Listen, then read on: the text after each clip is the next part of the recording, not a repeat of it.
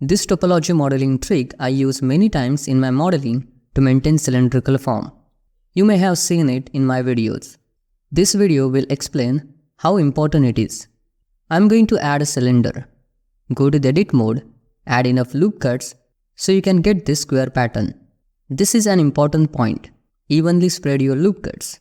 I have added 9 loop cuts. Select these faces and use inset operation. Then extrude them along the y-axis like this. Then delete faces. Then select top and bottom faces and delete them. Then hit the Ctrl 2 to add the subdiv modifier. Then shade smooth it.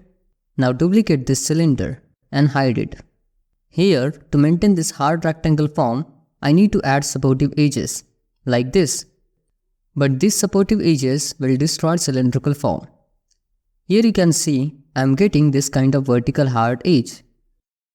Let's use our modeling trick to solve this problem.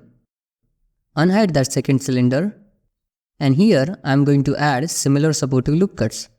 But this time, I will create a loop structure around this joint. For that, select these words and connect them. Observe carefully. Then dissolve these edges.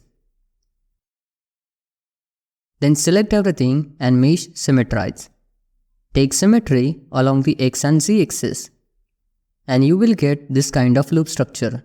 With this trick, you will be able to maintain hard rectangle form as well as curved cylindrical form.